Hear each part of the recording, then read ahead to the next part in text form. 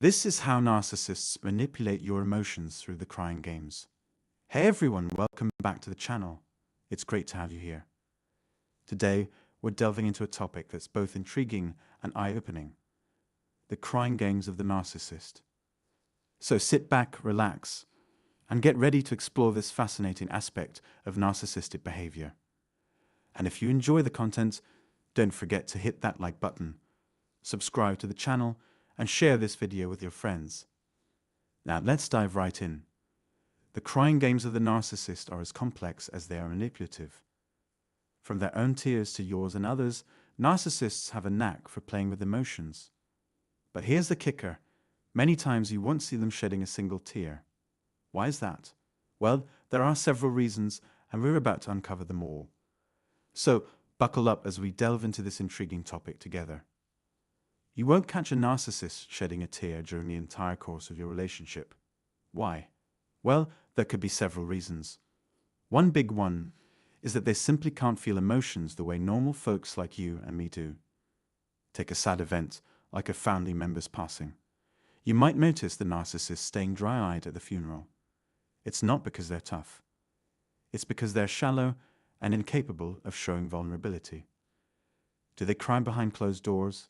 Some might, but it's rare, especially for the high and mighty type of narcissist. It takes a lot for them to crack and let those tears flow. Unlike us, they see emotions as a sign of weakness. We, on the other hand, are all about embracing our feelings and letting them out in healthy ways, especially after dealing with a narcissist who stifle our emotions. Here's the kicker: if you're with a non-crying narcissist and you start tearing up, they'll likely see it as a flaw. To them, crying equals weakness, and they'll make you feel it. Why are you crying over nothing?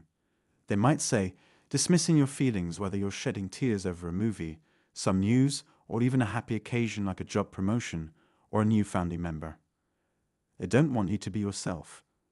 They want you to be their puppet, devoid of any identity outside of what they dictate. They'll control your emotions at every turn, seeing tears as just another sign of their dominance. Let's flip the script on the crying game of the narcissist. Imagine you're in a relationship with someone who turns out to be a narcissist. You've had enough, you're ready to leave, and you tell them, "I'm out. This isn't working for me." And what do? Cue the crocodile tears. It's like a floodgate opening, with tears pouring out like a waterfall. Why? They're trying to tug at your heartstrings. Often, the narcissist will cry, get super emotional, and play the vulnerable card. They'll beg for another chance, saying things like, "Please, I can change. Just give me one more shot." They might even cling to you, holding onto your legs, pleading with you not to leave. It's like their inner child is saying, "I know I messed up. I know I manipulated you, but now I'll use these tears to reel you back in and make you stay longer." Will they admit this outright? Unlikely. But with narcissists, anything's possible. They'll shed those crocodile tears, pulling at your heartstrings, and you might find yourself going back to them again and again, hoping things will change. But each time you return, it usually does more harm than good, leaving you more damaged each time. Then comes the breaking point. You realize their tears mean nothing. You've been through this cycle too many times. Their words may change, but the tears stay the same. You've taken hits in every way possible: financially, mentally, emotionally, and spiritually. You've lost your support system. And you finally say enough is enough. Your tears won't manipulate me anymore. I'm done. That's the realization you need to reach. Let's delve into another aspect of the narcissist's crying games. This time, let's put you in the picture. Imagine you're in a relationship, unaware that you're with a narcissist. You find yourself vulnerable, pouring out your heart every day. You're sharing your expectations, your dreams, your goals, and what's not working in the relationship. You're desperately trying to fix things, especially during the devaluation stage when emotions are running high. But here's the catch. Every time you get emotional, every time tears stream down your face as you try to mend things, the narcissist sees it as weakness. To them, it's a sign of control. They watch you spill your heart, knowing they'll just brush it off and continue the cycle of abuse. They'll hit you with more mistreatment tomorrow and the day after, keeping you trapped in their manipulative web. You unwittingly hand them a report card on your vulnerabilities, your concerns, your vulnerabilities. You think you're in a loving relationship. But the reality couldn't be further from the truth. You're giving them ammo to keep you stuck. Every time you voice a concern or a boundary, they ignore it, knowing they have the upper hand. See, narcissists thrive on vulnerability. They feed off your tears, your emotions, your openness.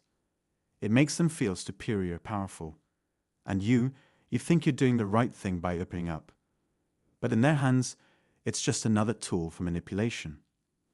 A healthy relationship should offer support and understanding when you're vulnerable. But with a narcissist, it's the opposite. They'll use anything you share against you, whether it's your tears, your time, or your emotions. They'll devalue you, make you feel inferior, all to maintain control. So, if you shed tears in front of a stable, caring person, that's a good thing. But with a narcissist, it's just another opportunity for them to exploit your weaknesses, to drive a wedge between you and anything that matters to you. They want you silent, obedient, under their control. That's why they devalue your emotions, your tears, your very essence. Let's talk about another aspect of the narcissistic crying games. The tears you shed after ending a relationship with a narcissist. This is crucial. Whether you were discarded or ended things yourself, it's tough. Being with a narcissist is one of the hardest relationships anyone can endure. But what about them? Did they shed tears when they let you go? Absolutely not. They moved on to the next supply, often right away, like you meant nothing.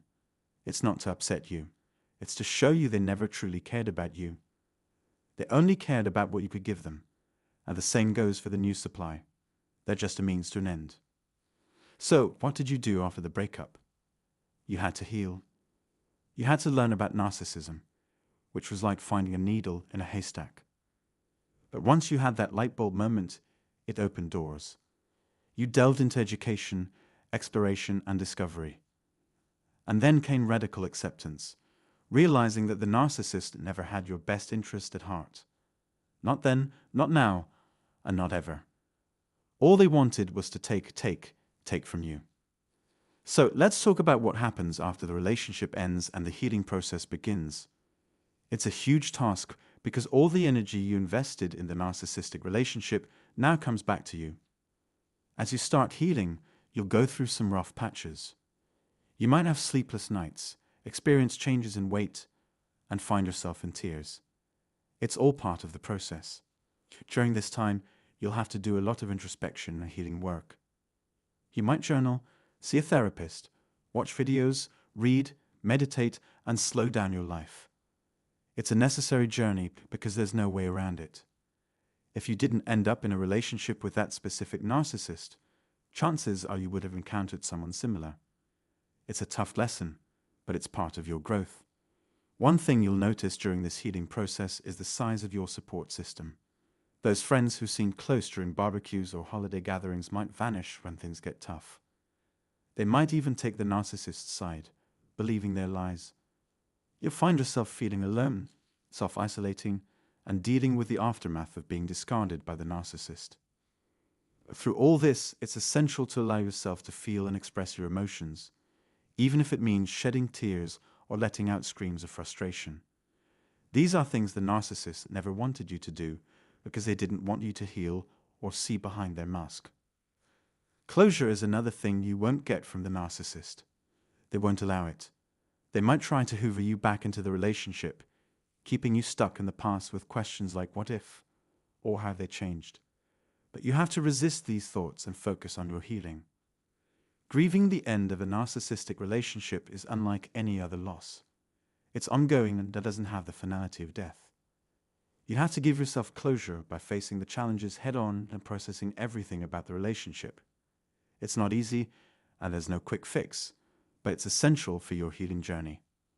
Remember, the narcissist never wanted you to heal, but you have the power to do it for yourself. Let's talk about how narcissists play with your emotions, especially when it comes to tears. Many of them don't shed tears themselves, or if they do, they're fake. They see your tears as a sign of weakness and don't want to deal with them. Sometimes they'll even fake cry to manipulate you back into the relationship, especially if their new source of attention didn't work out as planned. After a narcissistic relationship ends, it's crucial to go no contact. Block them, delete them, and cut off anyone associated with them. If you can't do it right away, that's okay. We all have our own journey to healing. In the meantime, try the grey rock method. Be boring and uninteresting to them. Don't fall for their fake tears or their attempts to reconnect years later with false promises of change. During the relationship, you probably gave them too many chances, maybe even at the expense of your own well-being. You might not have set boundaries or tried too hard to please them. But now, armed with knowledge about narcissism, you can see through their manipulation tactics. You understand that you deserve better, and you won't waste your energy or love on someone who doesn't value you. Remember, you are the priority. Don't let anyone, especially a narcissist, take advantage of your kindness or manipulate you with fake emotions. Set boundaries, prioritize yourself, and don't give away your time or resources to anyone who doesn't deserve them. As we come to the end of this video, I want to leave you with an important reminder. When you're always there for someone, offering rides, buying lunches, or lending a helping hand, it's crucial to pay attention to how they reciprocate. If they're nowhere to be found when it's your turn for support, it's time to reevaluate the relationship. I know it can be tough, especially when it involves family or close friends, but it's essential to prioritize your well-being and surround yourself with those who value and respect you. This journey after a narcissistic relationship isn't easy, but it's incredibly transformative. You'll learn so much about yourself, about toxic dynamics, and about the people who truly support you. And as you heal and grow, you'll attract positivity and love into your life. So stay strong, keep moving forward, and never forget your worth. You deserve happiness and fulfillment. If you found this video helpful, don't forget to show your support by liking, subscribing, and sharing it with others who may benefit. Your engagement helps spread awareness and empowerment. And remember, you're not alone on this journey. If you ever need guidance or support, don't hesitate to reach out. I'm here to help. Thank you for being a part of this community and allowing me to share my truth with you. Until next time, take care, everyone. Bye for now. And don't forget, you can also grab a free book and schedule a one-on-one consultation by checking the link in the description below.